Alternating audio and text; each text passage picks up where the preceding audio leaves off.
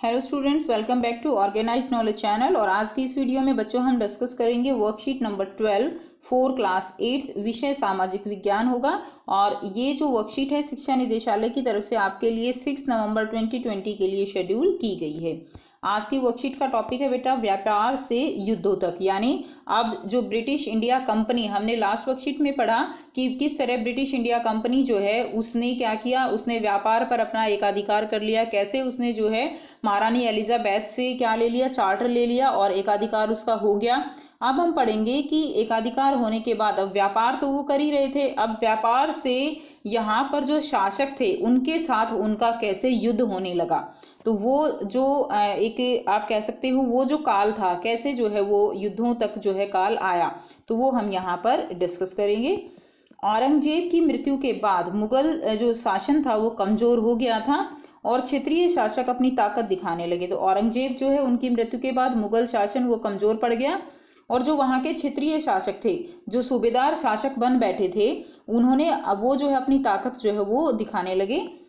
बंगाल के नवाब ने east India company को रियायतें देने से मना कर दिया। तो बंगाल के नवाब ने, हमने लास्ट में पढ़ा था कि बंगाल का जो नवाब था वो इस कंपनी के विरोध में था। तो उन्होंने कंपनी को अपनी रियायतें देने के लिए, यानी जो डिस्काउंट देते हैं, ठीक है ना, टैक्स में जो डिस्काउंट दे रखा था वो देने से मना कर दिया और व्यापार के अधिकार के बदले नजराने मांगे। और वहां पर व्यापार अगर उनको करना था तो उनको जो है बोला गया कि आपको टैक्स देना पड़ेगा, उसी को यहाँ पर नजराना कहा गया है। साथ ही सिक्के ढालने और किलेबंदी बढ़ाने से भी उनको रोक दिया, यानी उनको वो जो अपने क्षेत्र का प्रसार कर रहे थे, किले बना रहे थे, उनको भी जो है उसने रोक दिया। और सिक्के ढालने का जो वो करते थे, सिक्के ढालते थे, वो भी काम उनके लिए बंद कर दिया गया। कंपनी और बंगाल के नवाब के बीच यह टकराव बढ़ता गया। सन 1756 में क्या हुआ, अलीवर्दी खान की मृत्यु के बाद सिराजुद्दौला जो है वो बंगाल के नवाब बन गए। तो अलीवर्दी खान की मृत्यु हो गई, जिसके बाद सिराजुद्दौला बंगाल के नवाब बने। कंपनी को उनकी ताकत से भय था, यानी सिराजुद्दौला जो है वो एक शक्तिशाली शासक थे जिनसे कंपनी को भय था।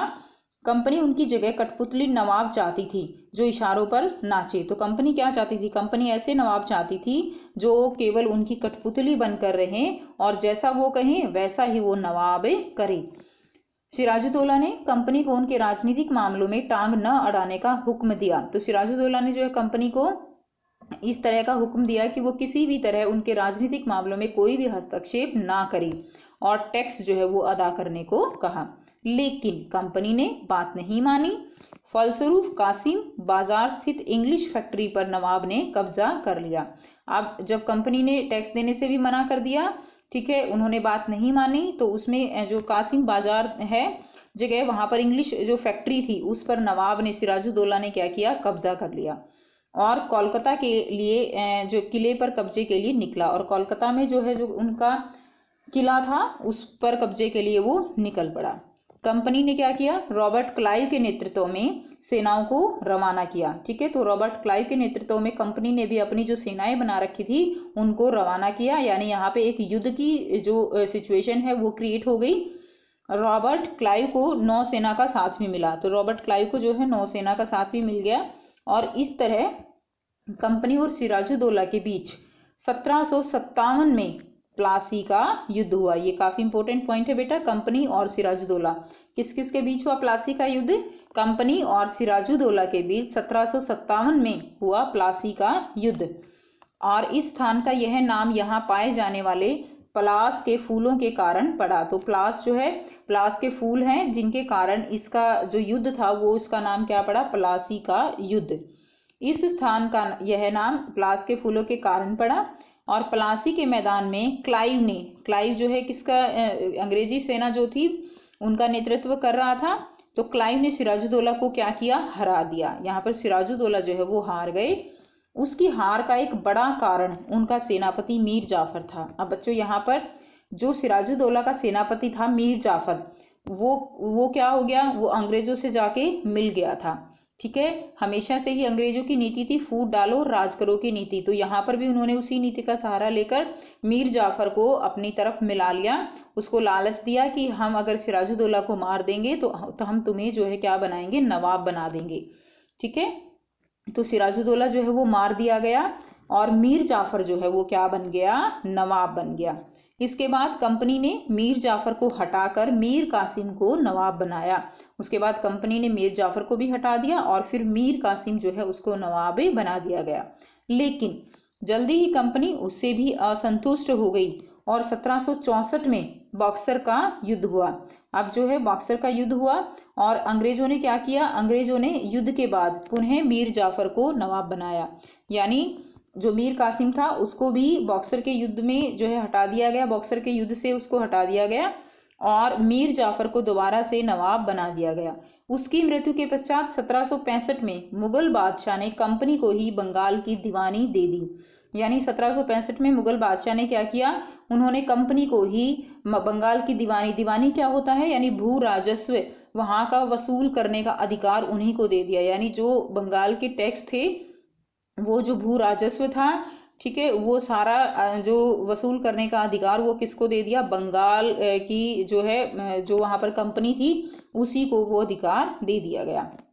इस तरह अब क्या हुआ, यहाँ पर कंपनी जो है वो खुद ही करता धरता बन बैठी, खुद ही नवाब जो है वो बन बैठी, क्योंकि उसको अब टैक्स वसूल करने का, एक क्षेत्र का, बंगाल का टैक्स वसूल करने का अधिकार जो मिल गया था। ठीक है बेटा, तो इस तरह से हमने पढ़ा कि कैसे प्लासी का युद्ध हुआ, बक्सर का युद्ध हुआ, ठीक है, और किस तरह जो कंपनी है वो वही क्या बन बैठी, नवाब बन बैठी। प्रश्न 1 है यहाँ पर, देखिए प्लासी का नाम किस तरह पड़ा। तो हमने ऊपर पढ़ा था प्लासी का नाम किस तरह पड़ा, कि वहां पर पाए जाने वाले फूलों के कारण। तो यहाँ से आप लिखेंगे इस स्थान का यह नाम पाए जाने वाले, ठीक है, तो इस स्थान का यह नाम पाए जाने वाले प्लासी के फूलों के कारण पड़ा। ठीक है बेटा, तो इसके कारण जो है उसका नाम क्या पड़ा, प्लासी पड़ा। नेक्स्ट देखिए प्रश्न 2 क्या है, बंगाल के नवाबों के और ईस्ट इंडिया कंपनी के बीच किन किन बातों पर विवाद था, या इसी को हम क्वेश्चन कह सकते हैं कि प्लासी के युद्ध, जो प्लासी का युद्ध हुआ उसके क्या कारण थे। तो आइए बेटा कर लेते हैं इसका आंसर। तो बेटा आप यहाँ से इसका आंसर लिखेंगे, तो प्लासी के युद्ध के जो है आप 2 कारण लिखेंगे। पहला कारण क्या था कि कंपनी जो है वो ऐसा नवाब चाहती थी जो उसके इशारों पर नाचे, जिसके कारण ये जो नवाब हैं, कुछ नवाब उन्होंने मना कर दिया उसके इशारों पर नाचने से, जिसके कारण ये युद्ध जो है हुआ। दूसरा क्या था, कंपनी ने कोई भी टैक्स देने से मना कर दिया, जिसके कारण सिराजुद्दौला और कंपनी के बीच फिर प्लासी का युद्ध हुआ। ठीक है, तो नेक्स्ट क्वेश्चन करते हैं। क्वेश्चन नंबर 3 है बेटा, सिराजुद्दौला की हार का मुख्य कारण क्या था। तो बेटा सिराजुद्दौला की हार का मुख्य कारण क्या था, तो आपको यहाँ से लिखना है, हमने अभी पढ़ा कि उसकी हार का एक बड़ा कारण, तो यहाँ से लिखेंगे उसकी हार का एक बड़ा कारण उनका सेनापति मीर जाफर था जो अंग्रेजों से मिल गया था। तो ये बेटा आपका डायरेक्ट आंसर दिया गया है, ये वाली लाइन जो है बस आप लिख दीजिए। ठीक है, उनकी हार का बड़ा कारण उनका सेनापति था मीर जाफर जो अंग्रेजों से मिल गया था। तो ये आप क्वेश्चन नंबर 3 का उत्तर लिखेंगे। नेक्स्ट देखिए प्रश्न 4 क्या है, दीवानी से आप क्या समझते हैं। तो बेटा ये है दीवानी, दीवानी का मतलब क्या है, भू राजस्व वसूल करने का अधिकार, उसको हम क्या बोलते हैं, उसको हम दीवानी बोलते हैं। तो बस आप ऐसे ही लिख दीजिएगा दीवानी, और उसके बाद कॉमा लगा के ऐसे ऐसे हाइफन लगा के, और फिर आप लिख दीजिए भू राजस्व वसूल करने का अधिकार, उसको हम दीवानी कहते हैं। तो ये थी बच्चों आपकी आज की वर्कशीट। बेटा आई होप आपको वर्कशीट क्लियर है, कोई भी प्रॉब्लम है आप कमेंट करके पूछ सकते हो। वीडियो अच्छी लगी तो लाइक शेयर जरूर कर दीजिए, इससे हमें सपोर्ट मिलता है। And thanks for watching, have a nice day.